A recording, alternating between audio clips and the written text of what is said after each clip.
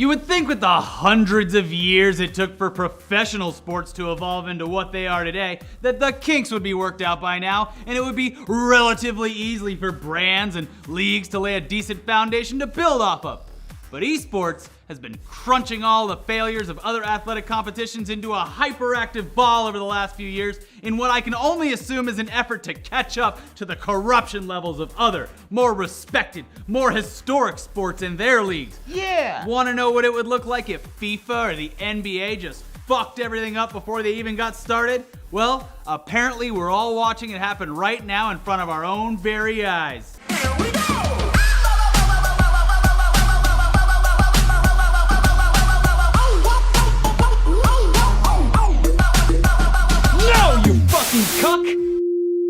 Okay, we should preface this episode by saying we have no fucking idea about any esports, so I guess this is gonna make today's episode of T.U.G.S the most accurate to the original title of this show in like months, man. Yes.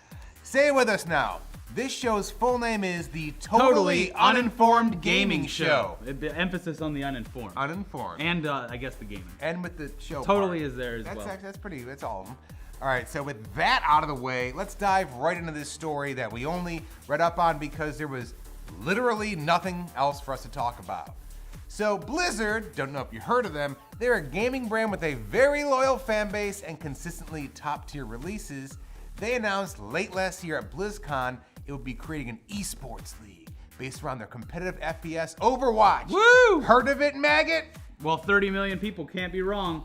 Tracer butts. Sure, we safely assumed that Overwatch was merely a loot box opening simulator based on every stream we ever watch, but apparently there's more to it than that. Yeah, you have to do things to get those loot boxes. You gotta grind. Or pay money. You gotta call people the N-word over the chat. Or pay money. You gotta tell your mom to get off the phone because she's ruining your Overwatch speed. Mom, get off! You just disconnected me. My ping is 10! No one gets that joke if they play Overwatch because that's an old person It's an old person joke, but get good. Now, jokes about the fact that no one plays Overwatch except to earn and open loot boxes aside, Blizzard had some lofty goals for its Overwatch League, and it was poised to enter that landscape in a huge way. Some of the ways that they were going to solidify themselves in the esports market were by mimicking what has worked in traditional sports, like having permanent teams and teams that represent certain cities, which would certainly help with the confusion and volatility of the sport to anyone who isn't constantly following every single thing that happens before and after the actual tournament.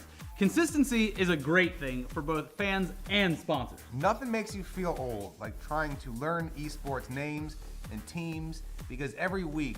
The hell is a Dignitas? What's a Team Liquid? What's Cloud9? That's where I'm at when I met your mother. Boom! Zing pow! It was black and white. Yeah. Well, another thing that Blizzard wanted to borrow from traditional sports for the sake of stability is a normalized pay structure with contracts for players. It would keep them locked into certain teams and games without the fear of not making money due to a single loss. Prize pools would be gone in favor of those contracts, potential bonuses, and the possibility of a tuition fund or something like that. Yeah, there'd be a little bonus. Little. But the thing is that you have your contract, like a football player or an NBA player. You get your contract, you get paid on that. Yes. You know, if you win, that's great. Yeah.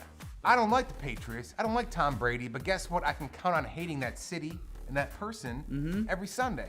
Yeah. It's all there for me. Draw the line in the sand, even with Overwatch. Yeah. So you know what? I hate those Dallas Overwatch players. Yeah, with their boots and their hats. They're all Tony Romo with their backwards, and they dated Jessica. What's her name? Simpson.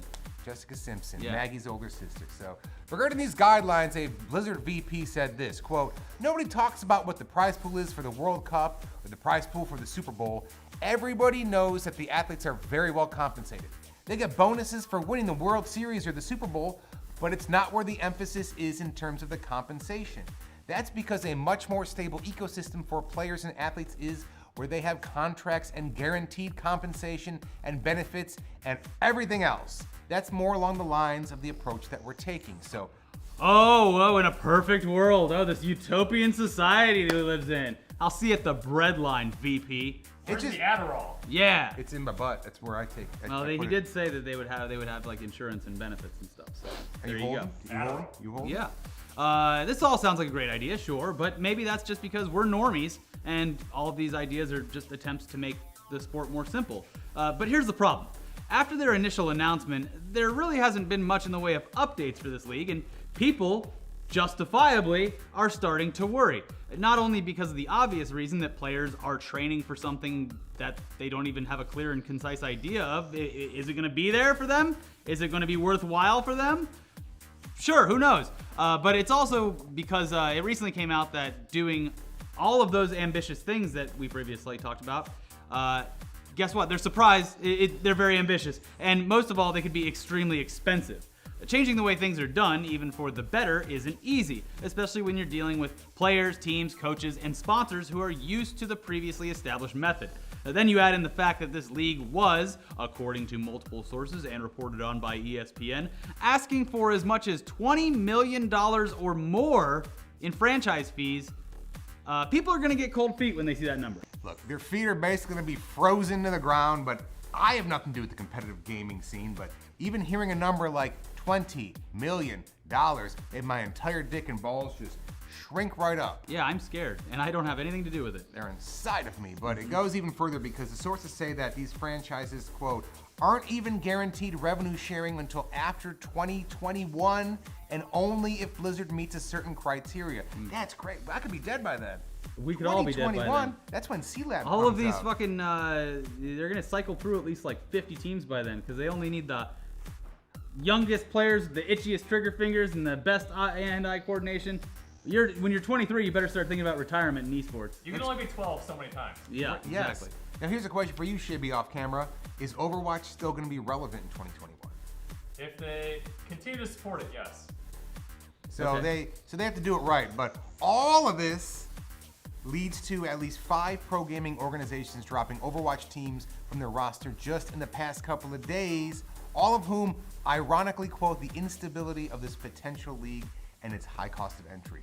Opting instead to focus on other games like CSGO or Call of Duty, League of Legends, Shibby's favorite, and all that other stuff that people with keyboards and mice play. But could all this turmoil be caused by just a bit of bad press and inaccurate information? Alternative facts? In this fake news country we live in? Well, that's what Blizzard's trying to say. Fake news, hashtag. They're trying to ruin our league from the inside. Yeah, we just want to make you just want to make money for you 4 to 5 years down the line. These are probably just a bunch of Riot employees trying to corner the market. Hey, player unknown has sent me a bag of poop, and he said my game stinks. Yeah. Well, anyways, here's some. Here's 3 of the main points taken from a statement released on Thursday to Yahoo eSports, which is a real thing. You said apparently. that with a straight face. That was fucking you like method acting. First, we want to be clear that our ultimate goal is to create an exciting Overwatch esports ecosystem, the pinnacle of which will be the Overwatch League. That's accessible to a wide audience, sustainable, and rewarding for everyone involved. We're doing our best to take great care with building this ecosystem, and as with much of what we do, we don't release information until we're at a place where it makes sense to do so. The second, we'd like to dispel any rumors that we're ignoring endemics. Anyone who knows Blizzard understands how deeply we care about the communities around our games. The league is built upon the best elements of endemic esports programs and traditional sports, and we're in active discussions with many teams and owners from both worlds because it will take a village to stand up a league with such an unprecedented structure. Those conversations have been going well, and there's a lot of excitement around our ambitious plans. Finally, it's important to think twice about statements from unnamed sources who may try to leverage the media to deliberately spread misinformation as bargaining tactics or for other competitive reasons. Like Trump. Fake news. We look forward to officially sharing real details about the league and the ecosystem as a whole as we continue the development process. In the meantime, we are staying focused on our goal of creating an awesome Overwatch esports experience for players, partners, and fans. And we want to thank everyone for their continued support. Wow. End press release. It's such like safe, like we're in it for you guys. Things are going great. Don't worry. It's There's a going to be couple awesome. of Amish guys who don't like games and they're trying to take your games away. Yeah. I get what It you're sounds like if you were a kid and you went to summer camp and like you got all ready because Thursday at summer camp we're gonna go to the water park. We're going to the water park. And you're in your swim trunks and got you got your floaty and your towel and you get to the place where you're gonna get on the bus and you're like, listen, the water park is a great idea and we're gonna have so much fun when we get there. We're gonna have a blast. But there. We gotta cross the T's and dot the I's. So why don't you just go sit on the bench right there? And you know what? It's sunny out. You're having a good time. It's summer. I mean, You got it's no great. responsibilities. You're doing fine. It's great. Guaranteed. When we get to that water park, gonna be a blast. It really exists. I swear. And let me tell you, in 2021, when that water park starts When they paying open that water park. you money to go down there, pee-filled water slides, allegedly pee-filled, but yeah, it's very promised land. It's very Wizard of Oz right now, and it obviously appears as though they are serious about the whole thing, and Blizzard already has a track record of making esports work on a decent scale, so it's going to definitely happen at some point. Yes. We believe, but the lack of transparency right now is more than enough to completely gut their potential talent rosters, as we've seen. It's kind of like how people don't think YouTubers should get paid to create the content you watch. There's obviously plenty of people who probably can't understand why players and teams would have to shift focus in the face of uncertainty. We're sure that, like YouTube, getting paid to play video games is a unique, and some would say prized, profession.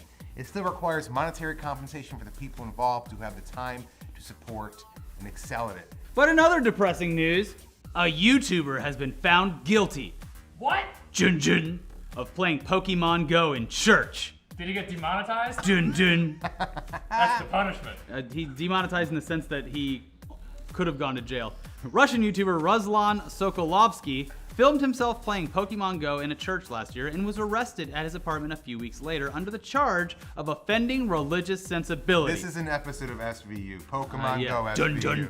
He was originally facing up to 5 years in jail for the offense. What? Yeah. But since the arrest and trial garnered so much negative media attention, he's just gonna serve a suspended sentence, and he'll probably just have to go back to making vlogs about a much safer activity, climbing extremely tall radio towers with no safety Oh, harness. he's one of those guys? I love No, that. I don't Oh, think yeah. he's not. But it's Those guys are, I don't know what sort of weird fucking, they're like shooting up with. Is it like, They need that adrenaline rush. is it? Anyway, remember when everyone gave us a real hard time about making fun of Mass Effect Andromeda? Yes. Huh? You remember that in your gamer brain? How dare we criticize something so established in the gaming community? It's Untouchable. Like, it's the Jesus Christ of it all. Oh, don't say that. Putin will be over here to throw you in jail. It's the Putin of it all. How dare we assume that the problems would never get fixed, even though a game of this size should never have shipped with so many glaring issues in the first place. How dare we? Shame on us. Well, suck your own shit, alien fuckers, because the only thing more empty than space is the production schedule for any future updates or fixes to Mass Effect Andromeda, huh? Right. Oh, look at what I revealed. If In you a put your story- ear up to your Mass Effect Andromeda case, you'll hear nothing, and that's what you're gonna get in the future. Oh, fucking, is that burn? Is that a rug burn on you guys? Because in a story posted to the UK version of Kotaku the other day, which, by the way, we trust way more than the American version of Kotaku, because obviously British accents are way more trustworthy. They said this with the pikey accent. Yeah. In the wake of boy, I can't do British anymore. I've tied my rope to Australia, and that's where my accent's gonna stay. So the by way- God, I'm gonna read this British article in an Australian accent. Can I let me give him a backstory. You were British, but colonial style. I and was they playing sent you- Pokemon Go in church. They sent you to jail, In Australia. Australia. So there you go. In the wake of BioWare's polarizing Mass Effect Andromeda, fans have wondered where the lauded sci-fi series will go next. The answer? According to people familiar with the studio, it's nowhere. At least for the time being. BioWare has put Mass Effect on hiatus and turned Andromeda's developer, BioWare Montreal, stupid French, into a support studio, according to 4 sources close to the company. Well, it looks like you won't be able to fuck new and exciting aliens for a while, so be sure to take your time with what you got and really enjoy their greasy alien fuckholes, wherever they're going to be located on their alien bodies. Are they up here? Mine's in my foot. Oh, Fuck really? my foot. I like armpits. Yeah, armpit You're a fucker. bagpiper. All right. We'll let you talk because speaking of fuckholes, Shibby's about to let words fall out of his. What are you going to review this week, Shibby? All right. Tugs boys and Tugs girls, I have returned after a week-long hangover from Cinco de Mayo to bestow upon you the ethical truth about a game that, much like me, has a serious identity issue. The game that you, the viewers, picked through my Twitter poll And thankfully, enough of you could stop eating ass to actually vote. This week, I'm reviewing Prey on PC from Arcane Studios and Bethesda. One would think the developers of Dishonored 1 and 2 would know how to still make fun stealth mechanics, but apparently not. You shit all over Dishonored 2. One would think the publishers of Doom would know how to continue to make fun combat super soldier mechanics, but apparently not. You shit on Doom. Game's fucking great. Much like Comey, formerly of the FBI, who could not find Hillary's email server, and most likely was working with Russia. Ethical. Prey can't figure out what type of game it is and what side of the spectrum it is on. Comey wasn't the one working with Russia. Is it an RPG? Is it BioShock? Is it Outlast? Is it Prop Hunt? Is it System Shock? Ah yes, I know what it is. Not a great game. I, for one, have a problem when my character feels like a big pussy because he prefers ass. Basically, the most effective weapon in the game is your goddamn wrench. Look, I've played enough Team Fortress 2 Engineer to cover many lifetimes, and I'm sick of wrench-wielding bullshit critical hits. Weapons in this game, even when upgraded, feel like weak Nintendo fanboys. When I should feel like a total badass with an upgraded shotgun, psi abilities to elemental frag some hostile aliens. Ugh. With limited ammo, Fallout levels of resource collection for no real payout, and No Man's Skies level of shitty weapons. It should be criminal. That this feels so bad to play, while in BioShock, Dishonored, Doom, Gary's Mod, I feel Hundar levels of buff. We're talking huge. Another critical issue I have with this title is the known bugs and save corruptions that is plaguing many of my PC gaming family. And I did not experience it myself, but have fallen victim to such Bethesda bugs, like when I was loading into the final boss of Doom, and the game crashes, and the save file, toast.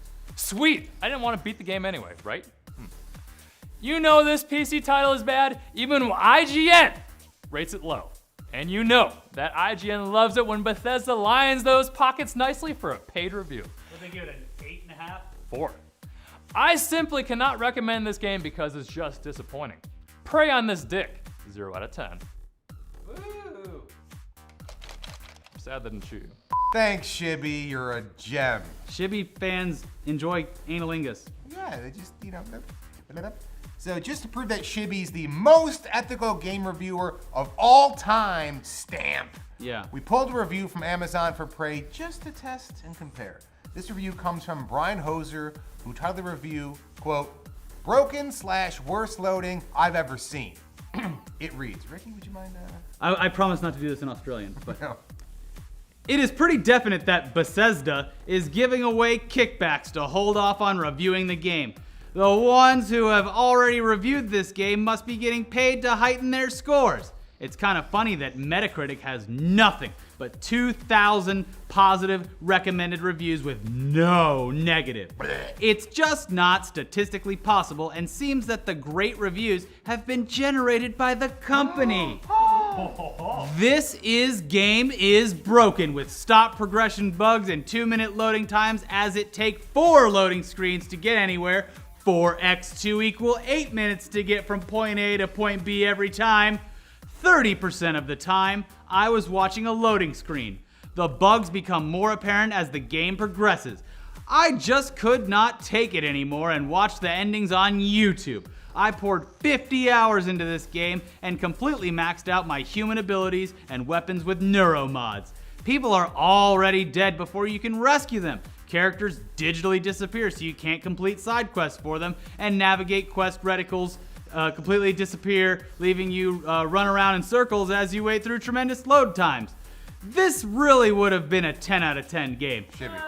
But I think they would have to come out with countless patches to fix it. Leveling up your character takes 3 to 4 days of tedious grinding so you can play the game properly. I had to level up to make the game more functional and less annoying rather than becoming a badass. Yeah, like in real life. This is my first game review and I have been a die-hard gamer for 30 years. Whoa. I say passionately, do noi buy. Do noi buy. And support your rights as a consumer. I almost completed the game, but was too disgusted to finish it. for the first time in my life. Wow. Wow. Do noi Do bai. noi bai. So this, I would like truly, it's lucid and like angry person for a while until the math comes in. Yeah. And then they like spin out of control. And then I'm gonna later prove this on- with numbers. Yeah, and then they come back down and they say with countless patches. It was like, motherfucker, countless patches. When you were talking about numbers, you started frothing at the mouth and couldn't type sentences no more. Do noi sentences. He doesn't Do noi want more spell content. correctly. So you put 50 hours into a game, bailed, and then booted up the old YouTube tubes and just said pray ending and said, yeah, that's satisfying. That works for me. And then fidget spinner video. And then just spin it up. And they spun it and maybe that's what this was. Maybe do noi bai because he was spinning, he was counting, he was just over here like kagada. I think there's more to the story than just that. But thanks, Elliot. Anyways, watch our latest live stream where we played Dick Butt Simulator, which is, it's actually general jousting, but you butt fucking it. And also, we made a short version of the Mario Kart Deluxe stream with Erika Ishii, so watch that because you don't have any damn time on your hands. You got nothing to do. Fine. You got nothing to do. If you're bored, if you're bored, go to Action Figures. I got a video up today where I take my Tech Tuesday bullshit and I'm really, really mean to a comic, but you'll see. Just go.